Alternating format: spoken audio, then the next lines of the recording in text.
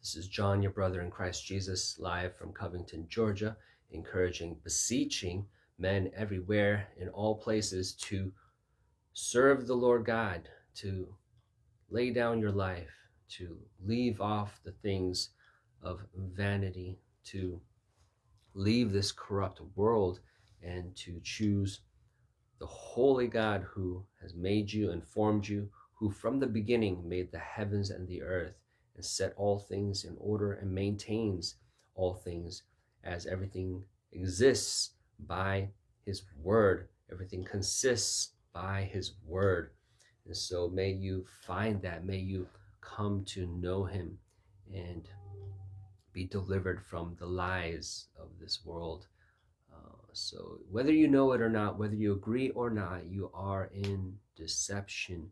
There is a veil. We are blind. We are blind without Jesus Christ. We do not understand. We do not know what we are seeing. We do not know this life that we are living. We do not even understand the feelings that we feel. We have an interpretation, but God gives the interpretation of truth. He lets you understand, have the right perception of what you're seeing, because everyone can see the same thing, but they'll come away, they'll understand what they're seeing as whatever they're going to come away with. And I'm telling you, we're all wrong. We're all wrong with how we live through this life, how we move through this life, and the conclusions that we come to. And so therefore I must do what? And how must you live life? What must you become? They are weak. They are non-functional, dysfunctional. They don't work. It doesn't prosper you. It gets you some things, and because it gets you something, a little speck, a little piece of dust, a little pleasure here, and you use that to justify, see, I'm right, I got something. But God wants you to have God himself, understanding, to understand all things. That's in the Lord. That's in the Lord. But there are our iniquities, our sins, that our own ways that keep ourselves from God, that separate us from God. And so we must press into God. We must give up time. We must give up other things that we do to make room for God, to show God, no, I do want to know. I do want to come to you. I do want you. I do desire you.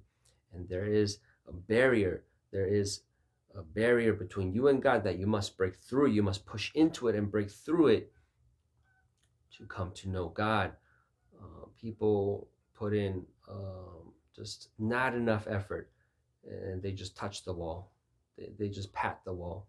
They do all kinds of things. They don't break through. And so they remain in the world. We're hopeless. So we do our own thing. This is Jeremiah 18:11. Now therefore go to, speak to the men of Judah and to the inhabitants of Jerusalem, saying, thus saith the Lord, behold, I frame evil against you and devise a device against you. Return you now every one from his evil way, and make your ways and your doings good. And they said, there is no hope, but we will walk after our own devices, and we will every one do the imaginations of his evil heart. And so that's the problem. We don't seek for God to do evil or good. He won't do anything. God won't respond. God's not there. It would be good if you look for God's hand, whether evil or good. Yeah, acknowledge that he exists, that he's moving, that he does. Oh, that was God. This is God. And if you were to respond to that, then you would come to know him as you adjust, as you look for him, whether evil or good. But we say, no, he doesn't do either. He doesn't do neither. And so God says, well, you do something then. Well, why don't you show me? Why don't you do something? Do evil or do good. And that's over here in Isaiah chapter 41. Show the things that are to come hereafter, that we may know that ye are gods. Yea, do good or do evil. that we may be dismayed and behold it together. And yet we know we cannot. We can't do anything. We don't do anything. We don't do anything. We have no effect on the world. We do things and we move a little piece of dust. We move a little thing, and we boast of it as if it's some great thing, but it's not regarded. It doesn't last. We can't even build a kingdom, and then someone else, a fool, takes over, and your name is forgotten. And what was that? Oh, what was his name? I forget. Just like that. That's all you were. That's all you've come to do. It's nothing. Jeremiah chapter 10. They are upright as the palm tree, but speak not. They must needs be born, because they cannot go. Be not afraid of them, for they cannot do evil. Neither also is it in them to do good. So that's why we're like this, because it's the idols that we serve. We serve idols that cannot speak, that cannot do anything.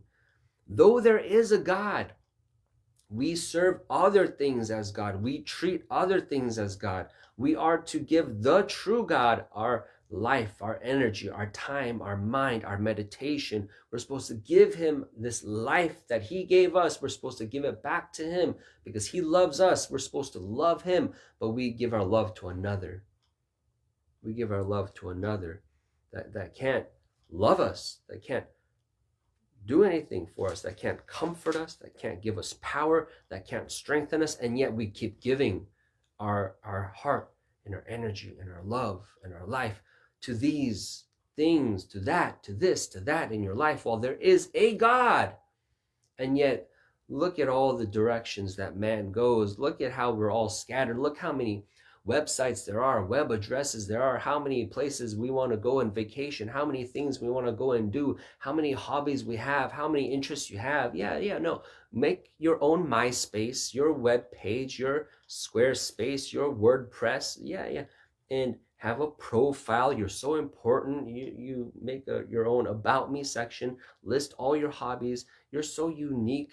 Tell us all about you and all that you worship, and show God that you're vain. Show God that you give yourself to this, that you puff yourself up, that you make yourself this vain thing, just like the idols that you serve. You become it yourself. Nebuchadnezzar made a statue of himself. That's how far gone his mind is already before God made it manifest. Look, your mind is this, like a beast. Even before he did that literally to Nebuchadnezzar by his supernatural power, by the miraculous curse on Nebuchadnezzar, even before God did that, he was already that. Why would you make a statue of yourself? Like, who are you? Are you something? And yet look all around the world. We have statues erected in every country because man worships man. Man worships themselves. They made flesh his arm. They made flesh his support. Oh, wow. I'm so great. I was thinking of the Greek statues. Why do they make that? Why did they make that? God made man. You're already a creation of man, of God. And yet man wants to make a replica. Man wants to say, look, man makes man. Oh, look, isn't man so awesome? Yeah, because they're all nude. They're all naked. They want to worship the created. What a work of art. Yeah, because you made it. And it is great, but why don't you acknowledge God who made the actual thing? We make the replicas. And same with artificial intelligence. So why don't we love the robotic voice? Why do we like artificial intelligence now that it's become a little more similar to the human voice? But when you're talking to it, you can tell, oh, this is AI, this is artificial intelligence. The timing's off, the tone is a little awkward, they're a little too pleasant. It's just not, this is not human. But they're imitating it. They create this thing that tries to imitate what's already here. We're already here. And they want to try to be human. They want to try to make it, pass it off as if that's the highest achievement. But we're already here. God already made us. We want to make these cheap replicas. And so we worship the work of our own hands. We worship ourselves. Oh, I like me, I love me.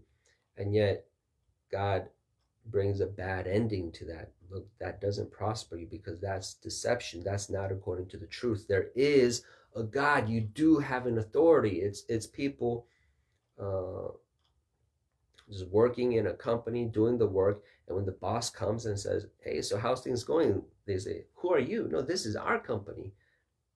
And the boss, what is the boss going to do? Because he truly has control over everything. He can fire everybody. He can dock everyone's pay. He can demote everyone. He can do whatever he wants. It's his company. And how dare the workers say, "Well, we're doing so much work, and we're shaking hands, giving high fives. We feel like it's just us. It's all us." But there is a boss. So the fools would say, "Just because I see you and me, just because I see the work of my hands," and they get puffed up. "This is mine. It's not yours. Someone hired you. Someone put you there. Someone employed you. And the paycheck comes from him." And so the wise would say, "Oh, no, no, guys, no. There is an authority. This does belong to him. We're not going to take it. It's his. We can't say it's ours. It's his. Acknowledge that. Acknowledge that. And he will come. Oh, look, he's here. He's here right now. How are you going to treat him? How are you going to respond to him?" So that is what man is going through, this confusion, this rebellion that says there is no God when there is a God. Man thinks he's at liberty to say there is no God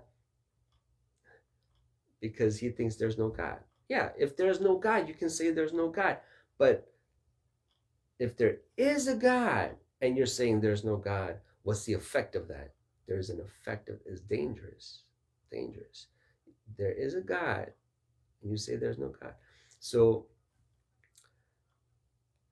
I think it's possible that you do know. You do know. I think God says it himself that no, God put it in you.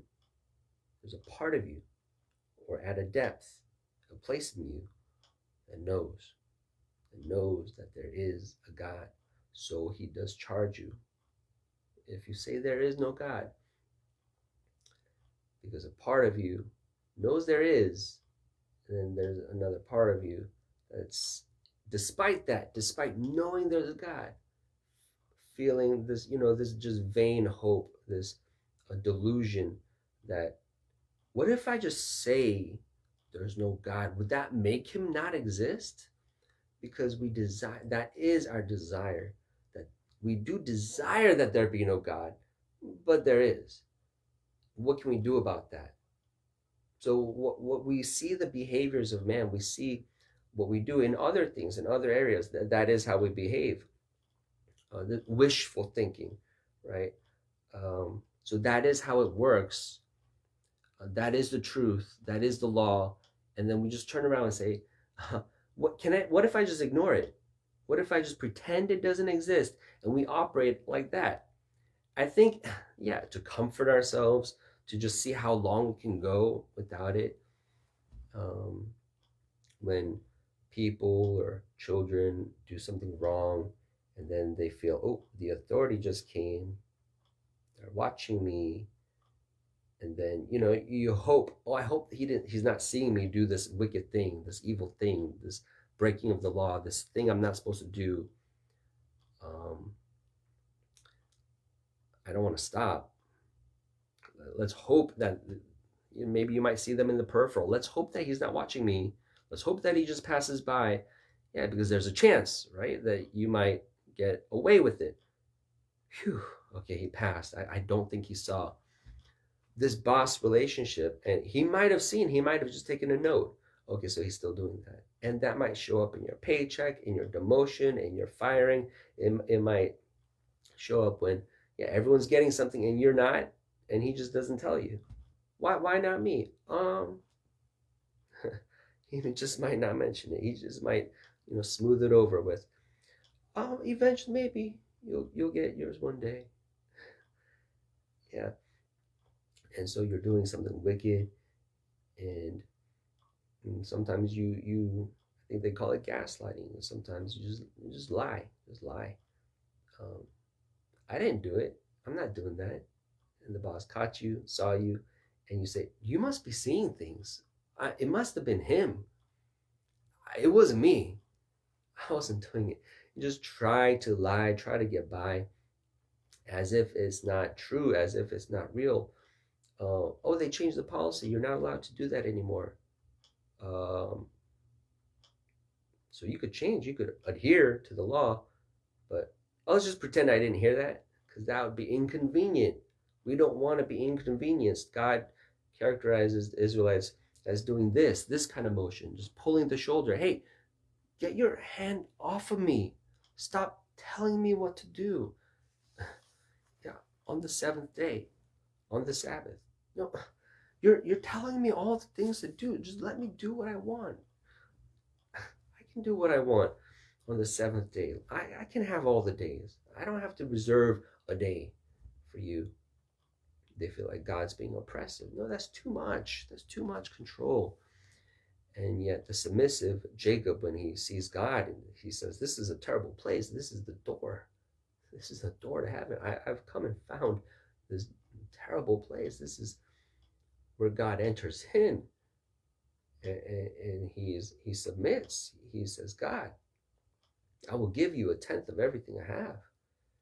I will give you a portion. You can take a cut. You can take a piece of me, of my things, of myself. It belongs to you. I'm going to honor you with my substance. I'm going to give. And the belly say, what? No. You hear the attitudes. Oh, I don't go to church. I think they're all thieves. The pastors are thieves. No, the churches, they just want your money. And that's their attitude. Not thinking, no, it's right. You better give. You ought to give. You don't want to give to God who gave you life. And we say, no, give me that. I'm not giving you anything. This is all for me. Maximize my gain, my profit. And that's to no profit. Yeah, you're not going to actually profit. You're going to lose it all. You're going to lose it all. You're going to fall. God's going to see that and let you amass and amass and amass and fall. He turns the wisdom of the wise into foolishness. Oh, you think you know. Oh, you think you're strong. Oh, you think you're going. And he knows what they know. He knows that there's some other things that they're ignoring to do that. So, there's a God. No, there isn't. I can do this. And he knows you're doing that, disregarding some things because of our lust. Our lust deceives us. You probably observed it in others' behaviors, in yourself. I can't think of specific examples now, but very common, very easy for it to happen. You want something so much that people might tell you, hey, so you probably need to regard this, take this precaution. You want it so much and you want it now. Maybe you need to get a permit for that. You need, you can't do it that way, that much. And the thing breaks. You get caught. Something happens because you ignored it. You thought it'll be fine, it'll be fine, it'll be fine. Your desire, your lust that was exceeding said that, made it easy to do that. To ignore the law. No, it doesn't apply to me. I won't get caught. No. And you go for things to your destruction. You get T-boned. Things come from the side. Oh, no. People told you, though. Hey, I wouldn't. No, if you step on that, there's an arrow that's going to shoot out.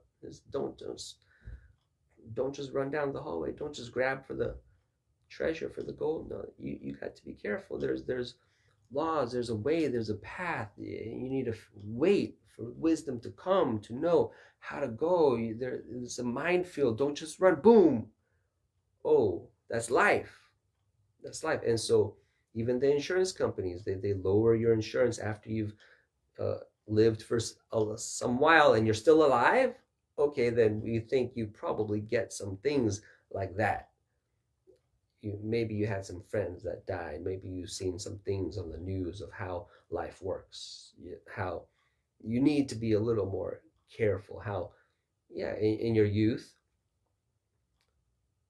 there are, if you sit down, if you just read it on a piece of paper, take a test, yeah, no, I shouldn't speed, no, that makes sense, because what could happen, you could write it all down. But when you're in the car and you put your foot on the gas pedal, how is it that none of those things come to mind? How is it that you're not considering that? Because you feel, yeah, your feelings are closer to you than the laws. So this is exhilarating. A little more speed, a little more, oh, he's beating me, I better vroom, and the sirens run, or your car flips, or something happens. Something happens that you didn't think would happen, that you didn't want to happen. Yeah, no, it's not. It's not going to happen, because if you did think that would happen, the thought of it would have you slow down. Oh wait, that could happen.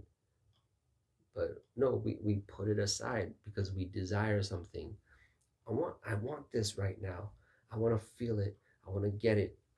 So we push into it. And God, he wants to preserve our life.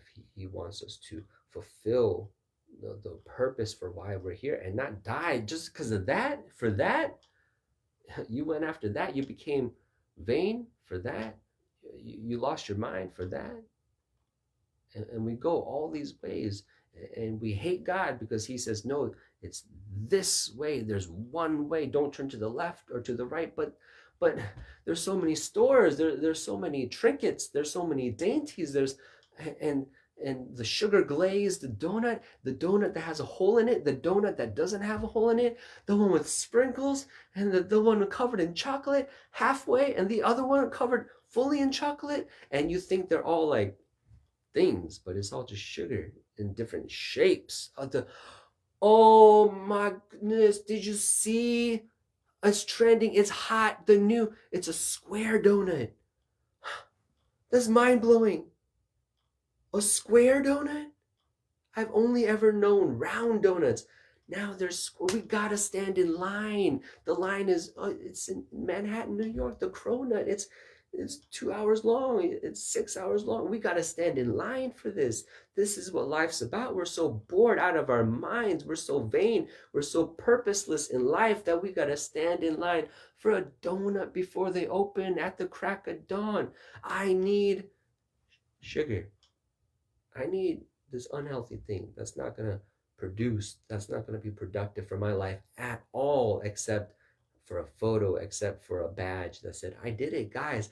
I ate the thing that you want to eat because everyone else said you got to eat it, because the restaurant had a good social media marketing campaign. And you all fell for it. America, China, Korea. Yeah, now it's in that country. Oh, we got to bring it overseas. Now we have it too. Yeah, they're going to bring it to Brazil. They're going to bring it to... That's life. That's the world. That's man. And God is saying, hey, I'm here. That's not how you live. That's not what you focus on. That's not what life's about. That's not how you should spend your Tuesday. That's not how you should spend your 4 a.m. What you should be doing at this time in your life for who you are, for your calling. There's a specific mission. You're on a mission. You're a soldier. You're here for something, and yet you're off with the prostitutes. You're sleeping with someone when your comrades are out to war getting killed, and you're doing that. And when the commander catches you, yeah, what's going to happen? You're going to be brought to trial. Hey, you were off duty. Hey, you didn't fulfill your responsibilities. You were negligent. You were responsible for the death of all these people. You could have saved them. You could have contributed to the war effort. And what were you doing in the time of war? What were you doing? Yeah, God is charging man with that, saying, no, you knew. I'm in your blood. My signature, my fingerprint is on all creation. No, you knew. You know life is not for this. You know life had a purpose. You were aching inside. You were even aching. You were hurting because you didn't know it, but it was available to know just through God, and that's what you hated. No. I'll find it by traveling. I'll find it by reading many books. Oh, this novel. Ooh, let me look at the back. Let me read the reviews. Let me read a few pages. Let me buy this book. Yeah, let me sink my teeth into it. Let me read about this boy, this girl, this adventure, this novel. Yeah, and you learn nothing. You don't know how to live. You spend all that time. You read all those words. It was a page turner. Oh, it was a thriller. It was exciting. You read all the pages and what happened, what's going to happen. You wondered about it. You meditated on it, and oh, what a twist! Oh, there's a twist. Oh, what an ending! That was such a good book, and you got stolen from. You didn't increase. You don't know. You can't do good or evil. You don't know. You can't discern good and evil. You don't know about life, about the world anymore. You just went through the mind of some man who wrote these words, who was vain, and you got vanity, and you just have more of that. More of that. So God tells us what to do, how to live. He says, Jeremiah chapter 9, but let him that glorieth glory in this, that he understands and knows me, that I am the Lord, which exercise loving kindness, judgment, and righteousness in the earth. For in these things I delight, saith the Lord. Behold, the days come, saith the Lord, that I will punish all them that are circumcised with the uncircumcised. Why? I thought they're your people. You told them to get circumcised because that would be a sign that they're your people. And so why are the circumcised going to be punished with the uncircumcised? You had them do that as a sign, as a distinction, as a separation from the uncircumcised. Why would you have them get circumcised and treat them just like the uncircumcised? Egypt and Judah and Edom and the children of Ammon and Moab and all that are in the utmost corners that dwell in the wilderness, for all these nations are uncircumcised, and all the house of Israel are uncircumcised in the heart. In the heart. Egypt and Judah and Edom and the children of Ammon and Moab and all that are in the utmost corners that dwell in the wilderness, for all these nations are uncircumcised. Wait, no, Judah's circumcised. No. They're uncircumcised. All the house of Israel are uncircumcised because they're uncircumcised in the heart. In the heart. So that's very interesting. He told them to do this physical thing, get circumcised physically.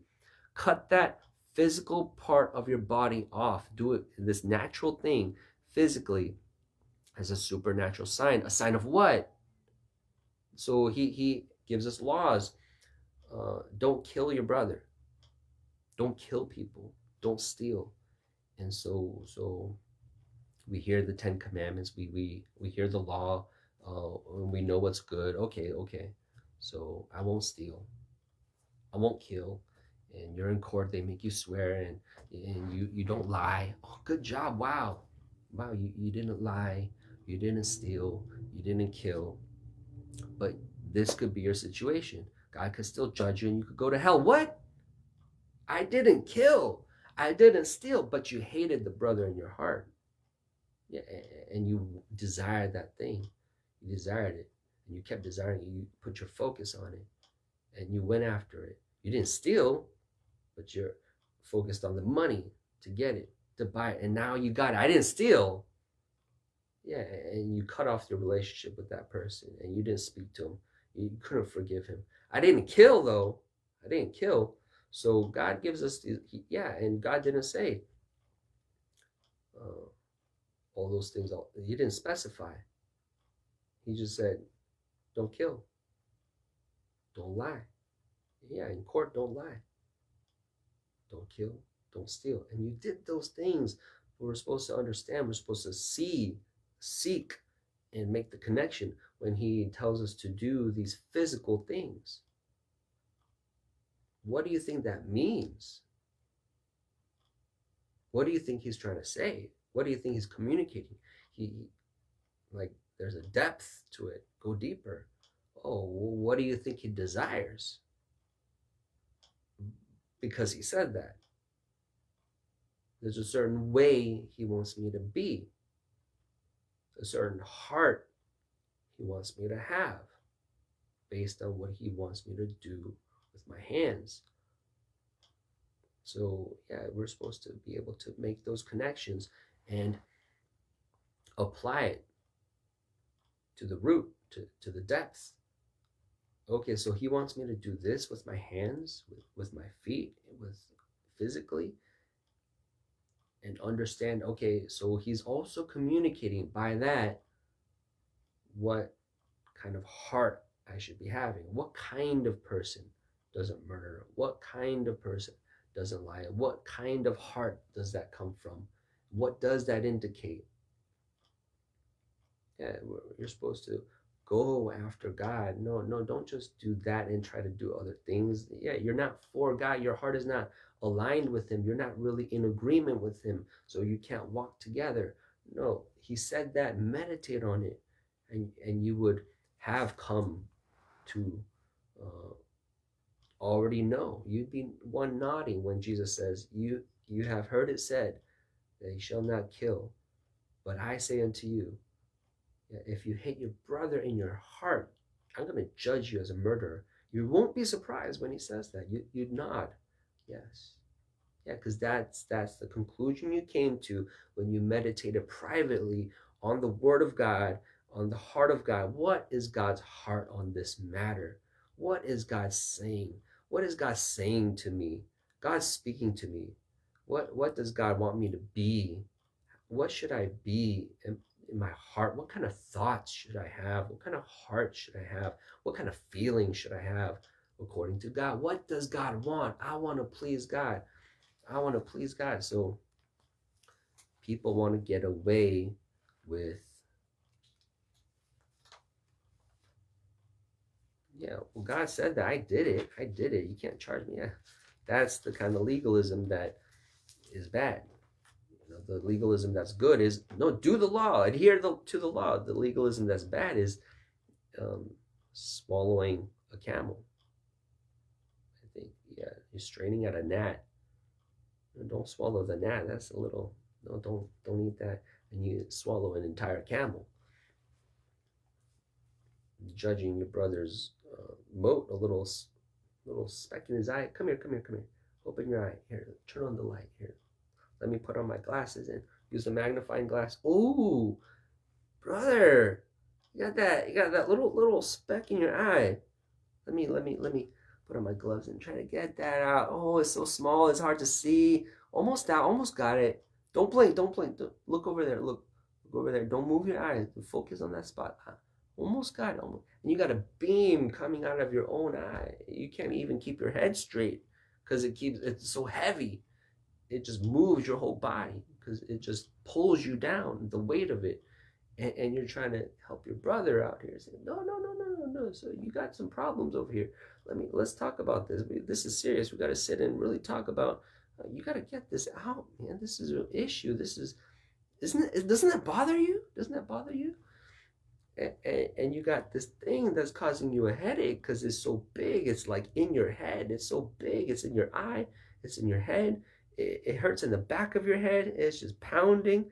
And you won't ask God why. What's wrong with you? No, what's wrong with you? And your brother's brother. Yeah, no, he's also after you. We got to talk about that guy. I think he's got a little speck in his eye too. Sometimes I see it when he looks to the left. There's a little speck over there. So we do that. We do that. We do that, not considering ourselves. That's the kind of legalists. That's bad. That's bad. That wants to, technically follow the law. Yeah, no, I did it. I did what you said. I did what you said. But not knowing God's heart. So even the secular law is the same way. You could be judged for breaking the law, even though you technically followed the law by the word. But they're going to interpret it. They're going to say, no, this law actually covers that too. And so that's why they have lawyers. And that's why sometimes lawyers, they're given the reputation of liars because they're going to do that with the words. Well, no, this word actually means, well, this clause right here, what it actually says. So my client, he's innocent. He can get away with this. Though he did that, there's a provision for it here in the law by the wording of it. And the judge is going to judge that. See? No. The lawyer on the other side is going to argue against it, saying, no, this actually means this. When they wrote it, they actually meant to cover that too. And the judge will say, if he judge is right, he'll say, no, that's right. You're guilty. Good try. You're guilty. And so we do have a judge in heaven, a Father who will judge us.